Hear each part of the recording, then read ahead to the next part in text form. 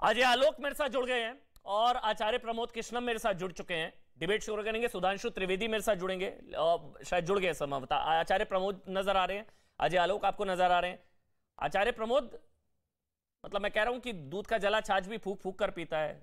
गुजरात में प्रधानमंत्री नरेंद्र मोदी को रावण कहेंगे, मतलब मोदी को रावण बताएंगे, बच्चा कुछ अभी गवाएंगे। बताइए गलत कह रहा हूं तो आचार्य प्रमोद कृष्णम। अमन जी, बिल्कुल आप गलत नहीं कह रहे हैं। आप तो कभी गलत कहते ही नहीं है। और आप गलत क्यों कहेंगे? आपका कोई स्वार्थ थोड़ी है जो गलत बोलेंगे। गलत तो वो व्यक्ति बोलता है जिसका कोई स्वार्थ होता है। मगर एक बात तो बताओ, नरेंद्र मोदी जी देश के प्रधानमंत्री हैं और प्रधानमंत्री जी को रावण बताया किसने? कांग्रेस के अध्यक्ष आदरणीय मल्लिका अर्जुन खड़गे जी ने तो ये कहा कि भाई आप हर जगह नजर आते हैं, क्या आप रावण हैं क्या?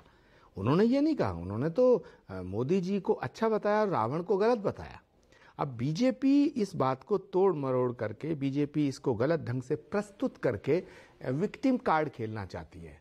मेरा एक सवाल है, बीजेपी के राष्ट्रीय प्रवक्ता जुड़ने जा रहे हैं उनसे, आपकी मार्फत, आपके माध्यम से, कि पहली बात तो खड़गे जी ने रावण मोदी जी को नहीं बताया, और हम मोदी जी को, हम देश के प्रधानमंत्री जी को रावण बता के हम क्यों उनका अपमान करेंगे?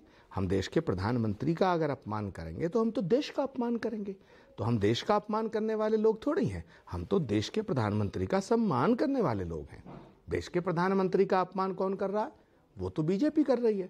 खड़गे जी ने कहा है कि आप रावण हैं क्या, आप कोई रावण हैं क्या? इसका मतलब खड़गे जी का मतलब साफ है कि मोदी जी रावण नहीं है।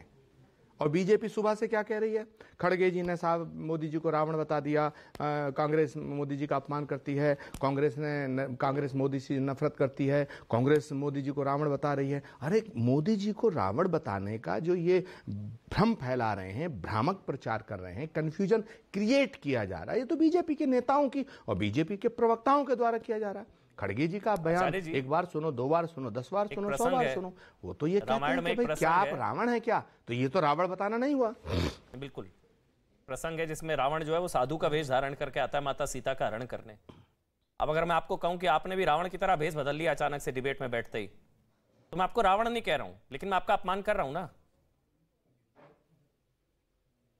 नहीं, मेरा क्या अपमान कर रहे हैं? मुझे आप कहिए कि मैं तो कहूंगा ये सच्चाई है। साधु का वेश भर के बना करके सीता का हरण होता ही है, क्योंकि झूठ बोल के देश का हरण भी हुआ। अगर मैं आपको कहता हूं देश के लोगों को धोखा दिया गया, जो आप बिल्कुल कहिए, आप साधु का वेश धारण करके लगा मेरा क्या आप जो है, देखिए आप अपनी बात से पलट रहे हैं, है ना? अगर मैं ये कहूंगा तो ये अनादर करूंगा ना आपका, मैं आपकी रावण से तुलना करूंगा। या मैं अगर मारीच कह दूं कि वह मारीच की तरह रूप बदल रहे हैं आचार्य जी, आज मारीच की तरह अमन जी आप रूप बदल रहे हैं अपना, तो गलत है नहीं? अमन जी, विषय आप मेरे, मुझे लगता है मेरे उत्तर से आपको कोई कष्ट हुआ होगा, तब आपने इस तरह की बात की।